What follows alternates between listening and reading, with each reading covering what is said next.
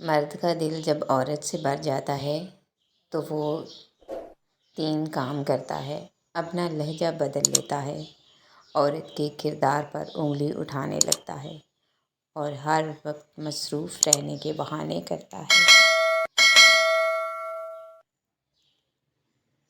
بیوی جب اپنے مسائل شوہر کو بتاتی ہے تو اس کا یہ مطلب نہیں ہوتا وہ شکایت کر رہی ہے، بلکہ وہ آپ پر اعتماد کرتی ہے۔ جس طرح استری کرنے سے کپڑوں میں جان آ جاتی ہے، بالکل اسی طرح سب کے سامنے عزت دینے سے بیوی میں بھی جان آ جاتی ہے۔ عورت جس مرد سے محبت کرتی ہے تو اس کے سامنے غصہ دکھاتی ہے، روتی ہے، شکایت کرتی ہے، اپنی بات منواتی ہے اور بار بار اپنی محبت کا اظہار کرتی ہے۔ تو جب اس کی محبت کی قدر نہیں کی جاتی تو وہ پتھر کی ہو جاتی ہے۔ بیوی کا روٹھنا سنت عائشہ رضی اللہ تعالیٰ عنہا ہے اور بیوی کو منانا سنت رسول اللہ صلی اللہ علیہ وآلہ وسلم ہے۔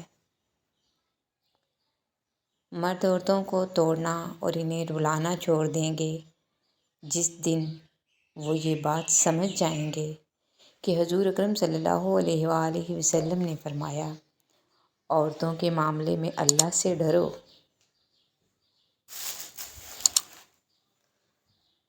ام المومنین سیدہ صدیقہ رضی اللہ تعالیٰ عنہ سے روایت ہے کہ نبی کریم صلی اللہ علیہ وآلہ وسلم مجھ سے بہت پیار محبت سے پیش آتے تھے۔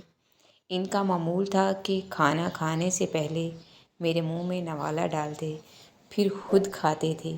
پانی پیتے تو پہلے مجھے پلاتے، پھر خود اسی جگہ سے پانی پیتے جہاں سے میں پیتی تھی۔